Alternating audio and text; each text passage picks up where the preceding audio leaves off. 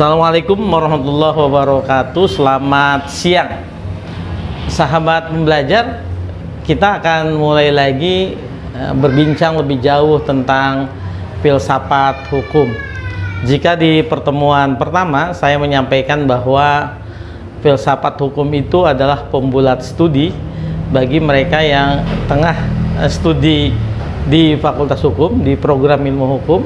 Dan mengapa disebut dengan pembulat studi sudah dijelaskan, karena filsafat hukum itu akhir dari mata kuliah yang diberikan, baik ilmu-ilmu hukum dogmatik, ilmu hukum dalam kenyataan, dan juga ya, kita sudah tidak saja ilmu pengetahuan hukum tetapi juga kemahiran, keahlian hukum, petugas-petugas hukum. Nanti kita sudah bisa paham bagaimana cara membuat gugatan, bagaimana kemudian membuat perjanjian, bagaimana kontrak, bagaimana model putusan hakim misalnya, atau putusan mediasi.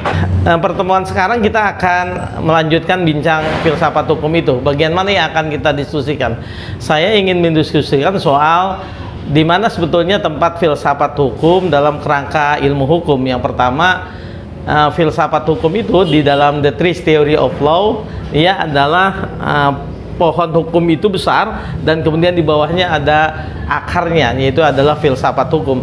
Jika sistem hukum yang dibangun oleh pohon itu adalah sistem hukum Indonesia, maka filsafat hukum Indonesia adalah filsafat hukum Indonesia itu berbasis tentu saja pada Pancasila sebagai dasar atau filosofis groundslah bangsa Indonesia.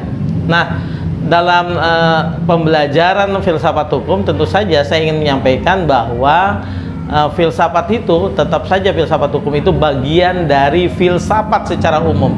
Filsafat secara umum yang objeknya itu khusus tentang hukum.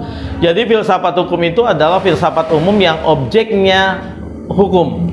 Nah, apa saja yang akan kita pelajari? Pada pertemuan kemarin saya sudah sampaikan bahwa di filsafat hukum kita akan belajar mengenai di mana posisi filsafat hukum dalam kerangka filsafat sebagai ibu dari ilmu pengetahuan, ibunya ilmu, begitu. Dan saya tadi sudah katakan bahwa filsafat hukum itu adalah filsafat umum yang objeknya khusus tentang hukum.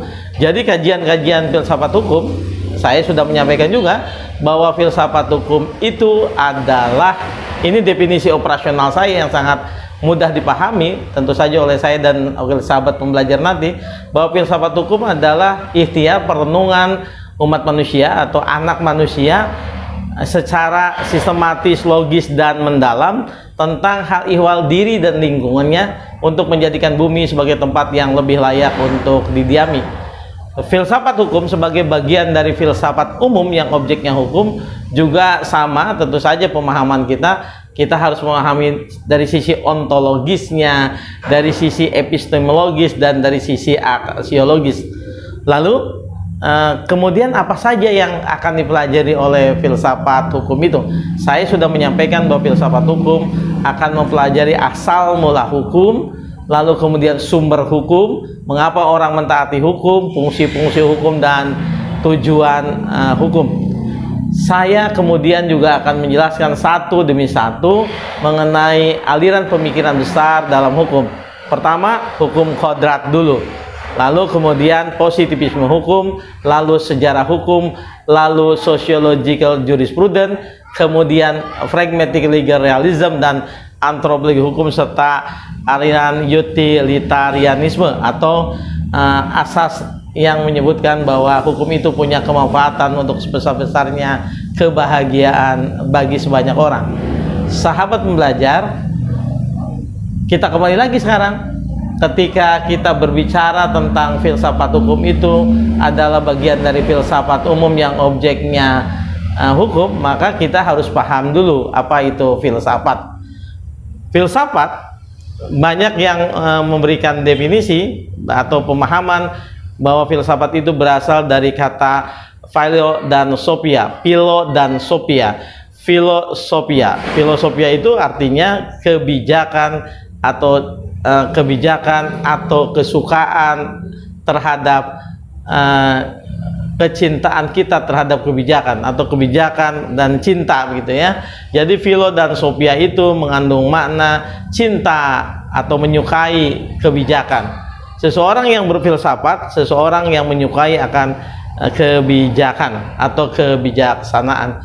Sahabat, pemahaman tentang filsafat akan saya jelaskan dalam satu video khusus tentang apa itu filsafat menurut istilah, menurut pengertian, dan juga pandangan orang tentang filsafat. Sebelum nanti kita diskusikan ruang lingkup dari filsafat hukum. Saya pikir itu. Terima kasih. Video singkat ini mudah-mudahan bermanfaat. Assalamualaikum warahmatullahi wabarakatuh.